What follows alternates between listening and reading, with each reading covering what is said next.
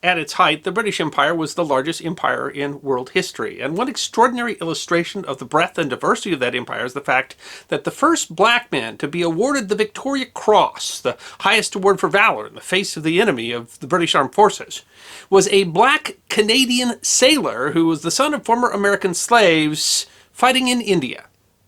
William Hall, VC, represented the age of the British Empire, its history that deserves to be remembered.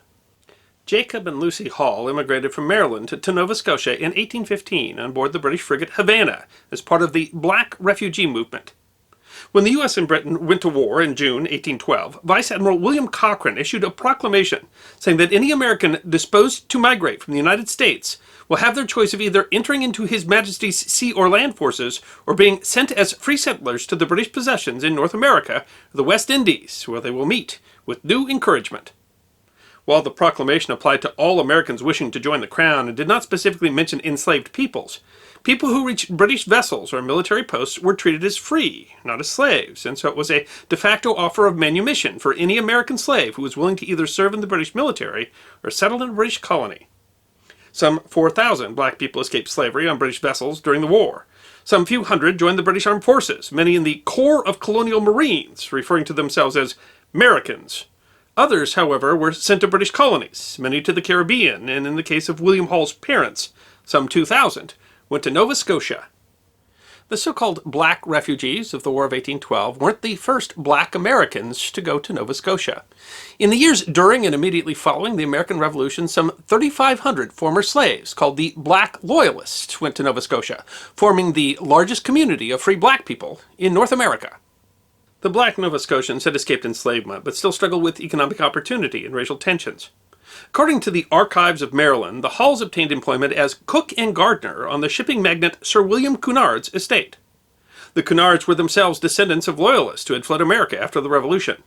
William's father, a master carpenter, had built a timber and shipping business, and William's brother, Samuel, would eventually turn that business into the Cunard shipping line. Jacob and Lucy earned enough to purchase a small farm, and in 1827 they had a son, one of 7 children, whom they named William, likely after their wealthy employer. It's no surprise that William Nelson Edward Hall first found employment in the nearby shipyards in Hantsport, likely at the age of 14 or 15. From there, according to the Maritime Museum of the Atlantic, he joined the crew of a trading vessel, and before the age of 18 had visited most of the world's important ports. A life at sea was not uncommon in the 19th century. A publication of the U.S. Constitution Museum noted, unlike many occupations on land, seafaring guaranteed shelter, food, and pay for at least as long as the ship was at sea. Although they still faced risk and discrimination both on land and at sea, being a sailor offered relative opportunity for black men in the early 19th century. As the publication notes, blacks often comprised a higher percentage of the seafaring population than they did of the general population.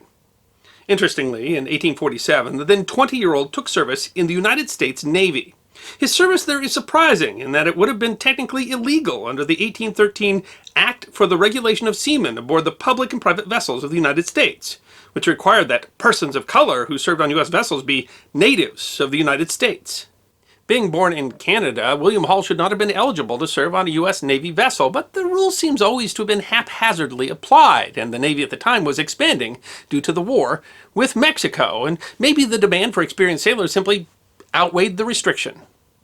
The details of his service are unclear, but we know that Hall made a U.S. Navy pension claim for the period 1847 to 1859, and he served aboard the 74-gun ship of the line, Uss Ohio. Originally commissioned in 1838, the Ohio had been in ordinary, essentially in the reserve, in 1841, only to be recommissioned in 1846 to meet the needs of the war. The ships, with a normal complement of 840 officers and men, recommissioning represented the expansion that could have brought Hall into the service, despite the law. The Ohio served in both the Atlantic and the Pacific during the period when Hall served. U.S. Naval History and Heritage Command notes that the Navy played a major role in securing victory by blockading Mexico's port cities. The Navy strangled Mexicans' maritime trade and prevented its forces from threatening U.S. operations from the sea. Given his time of service, it is possible that Hall was one of the 336 members of Ohio's crew that participated in the Tuxpan River expedition, attacking forts defending the port of Tuxpan. Following his service in the American Navy, Hall went back into the merchant service, but in 1852, while visiting Liverpool, he volunteered for service in the British Royal Navy, first serving aboard the 90-gun second-rate ship of the line, HMS Rodney. It is difficult to determine how common the service of a black Canadian would have been in the Royal Navy at the time. Roll showed names and locations where sailors enlisted, but not race. Certainly the Royal Navy took men of all races and nationalities. Approximately a third of the crew of HMS Victory at Trafalgar was foreign-born. Still, sailors of African heritage were relatively uncommon, and Hull's position would have been even more unique. A 2014 paper published in the journal African Diaspora looked at various documents regarding the race of sailors in the British West African Squadron fighting the slave trade in the 1840s. While the use of African crewmen was common, most were categorized as crewmen, Kroomen, meaning local inhabitants, usually used as auxiliary workforce and not seen as normal members of the ship's crew. Only a small portion of the crew were referred to in documents and medical rolls as black, meaning to sailors of African descent who had been born outside of Africa. A black Canadian son of Americans certainly would not have been common in the Royal Navy. While a member of Rodney's crew, Hull served in the Crimean War in the Naval Brigade, that is a sailor serving on land to augment ground forces. Naval brigades were frequently used by the British, as the sailors and marines of its large navy could significantly augment numbers.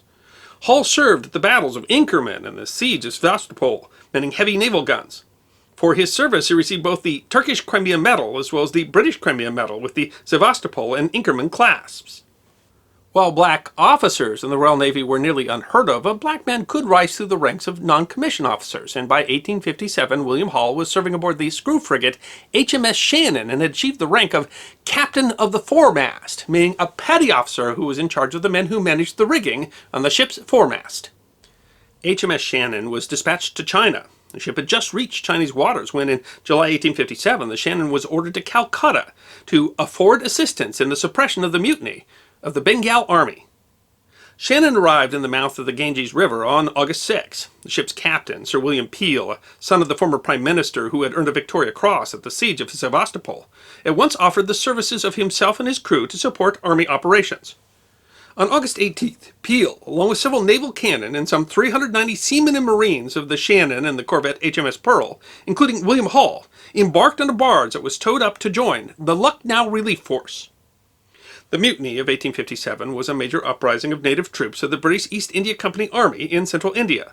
There were many causes leading to the rebellion, but the conflict was brought on by long-standing resentments and resulted in instances of extreme cruelty to both combatants and civilians on both sides.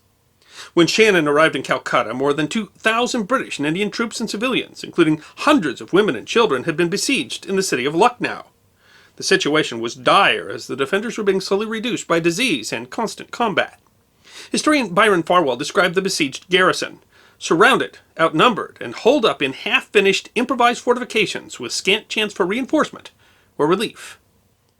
But they knew what was at stake.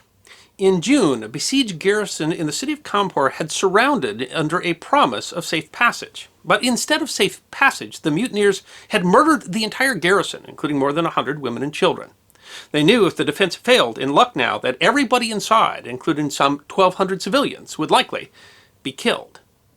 Progress was slow-moving with the heavy guns, and covering the group required both arduous march and constant fighting. In September, another force had moved to relieve the besieged forces at Lucknow, only to be so reduced by casualties as to become besieged themselves. Accompanied by troops of the 53rd Infantry, Hull and the men of the Naval Brigade turned back a force of some 4,000 mutineers on November 1st. Peel wrote, "Since the battle was fought, with the exception of one day's rest for the footsore men who had marched 72 miles in 3 days, besides fighting a severe engagement, we have made daily marches. I am much gratified with the conduct of all the brigade, as there is no departure whatever from the ordinary rules and customs of the service." The battle, called the Second Relief of Lucknow, under the command of Sir Cullen Campbell, began November 14th. The relief force, including the Naval Brigade, numbered some 5,000 troops, but the number of mutineers besieging the city numbered as high as 30,000. Campbell decided on a flanking attack, but the force still had to fight their way through the city.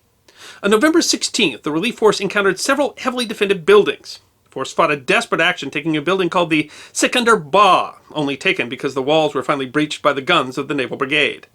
Next among them was a mosque called the Shah Najaf, which was full of mutineers pouring out deadly fire. Again, the guns of the Naval Brigade were called forward. However, the walls were so thick that the guns were having little effect, and the gun crews were in the open and under fire, their crews falling. Desperately, Campbell called to have 2 guns pulled forward under the withering fire. In the end, the crews had been cut down except for 2 men, the battery commander, Lieutenants Thomas Young and William Hall. They managed to blow a breach with their 24-pounder cannon, firing just 20 yards from the wall. The mosque was taken by the 93rd Highlanders. 24 Victoria Crosses were awarded for the brutal fighting to relieve the siege of Lucknow on November 16, 1857, the largest number ever awarded in a single day. Among them were Lieutenant Young and William Hall, recommended by Sir William Peel for continuing to man their gun under fire while the rest of the crew had fallen. The medal was presented to Hall on October 28, 1859. He was only the 3rd Canadian, the 1st Canadian sailor, the 1st Nova Scotian, and the 1st black man to receive the Victoria Cross. The relief force reached the besieged garrison in Lucknow the following day, and on November 19th, the garrison and all the civilians were safely evacuated, and the city of Lucknow was abandoned to the mutineers. Campbell, still accompanied by the naval contingent, and William Hall retook Lucknow the following March, and the rebellion officially ended in July, although resistance in various forms continued on for years after. There has been much analysis of the rebellion and significant rethinking in recent years. Still, the rebellion unquestionably represented a turning point in India. The British East India Company was dissolved, and India was brought directly under the control of the British Crown. The British Army in India was reorganized.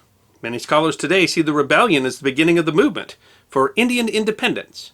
William Hall continued in the Royal Navy until he retired in 1876 with the rank of Petty Officer First Class, and then he went back to Nova Scotia and became a farmer. In 1900, he was interviewed about his Victoria Cross, and he didn't talk about bravery or rebellion, he just talked about the pension that came with it.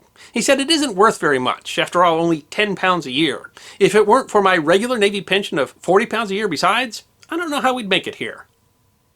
He received some notoriety in 1901 when the Duke of Cornwall, the future King George V, visited Nova Scotia and noticed Hall in the crowd wearing his Victoria Cross. The two briefly conversed. William Hall passed away in 1904. His extraordinary life, which included fighting in 3 wars in 2 navies, represented the dynamic era of the 19th century, the breadth of the British Empire, and Hall's willingness to take advantage of the limited opportunities offered a black man of his time. I hope you enjoyed this episode of The History Guy, short snippets of forgotten history between 10 and 15 minutes long. And if you did enjoy, please go ahead and click that thumbs up button. If you have any questions or comments or suggestions for future episodes, please write those in the comment section. I will be happy to personally respond. Be sure to follow The History Guy on Facebook, Instagram, Twitter, and check out our merchandise on teespring.com. And if you'd like more episodes on forgotten history, all you need to do is subscribe.